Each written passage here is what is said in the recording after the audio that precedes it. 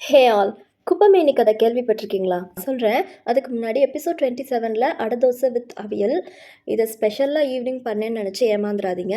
மதியம் உளுந்துச்சோறு இல்லை சாம்பாருக்கு நிறையவே செஞ்சு வச்சிடணும் அவியல் சைட் டிஷ்ஷாக. அதை நைட்டுக்கு வச்சு சாப்பிட்டுக்கணும். ஓகே, இப்போது இந்த குப்பமேனி பொதுவாக வேலி செடி இருக்கிற ஓரங்களில் தான் வளரும். ஸோ அந்த வேலி செடிகள் எப்போ பாரு அந்த குப்பை மீனியை திட்டிக்கிட்டே இருக்குமா.